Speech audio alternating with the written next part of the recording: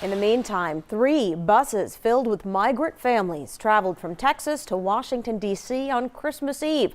The drop-off happening in below freezing weather near the home of Vice President Kamala Harris. The state's ongoing migrant busing program comes as border communities prepare for the end of Title 42, which is expected to result in thousands of migrants being admitted to the U.S. Gerald Harris is live with the very latest on the controversial busing tactics. Gerald.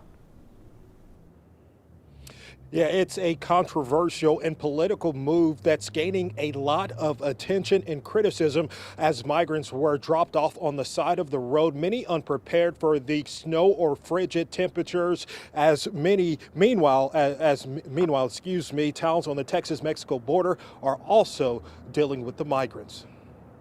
As Title 42 hangs in the balance of the Supreme Court of the United States, border communities like El Paso are preparing for a large influx of migrants in a town already dealing with straining resources, yet working to help those in need. We're thankful because they're looking at our situation and giving their 100%.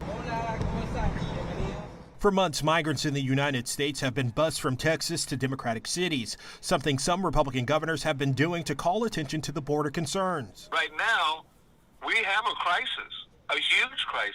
Texas Republican Governor Greg Abbott argues the busing is necessary to alleviate migrant issues facing border communities. You cannot tell me that you respect human life and then carry out actions like this where you are using people as political pawns. But just the day before Christmas, in record freezing weather, Abbott delivered another 140 migrants near the doorstep of Vice President Harris. We had people who were just in t-shirts, no long sleeves, no jackets. We even had some migrants that didn't even have shoes on them.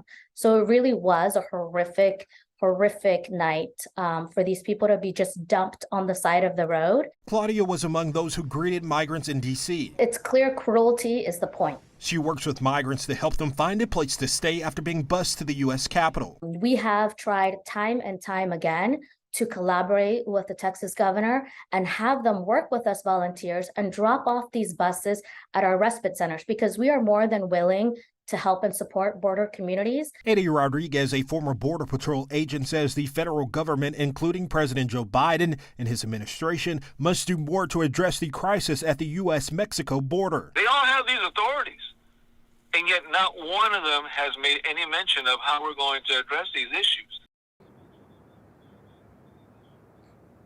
We've reached out to Governor Greg Abbott, who usually makes it a point to identify where these buses are being dropped off. So far, he has not commented on the Christmas Eve migrant bus drop-off. In Houston, Gerald Harris, KHOU 11 News. All right, Gerald, thank you.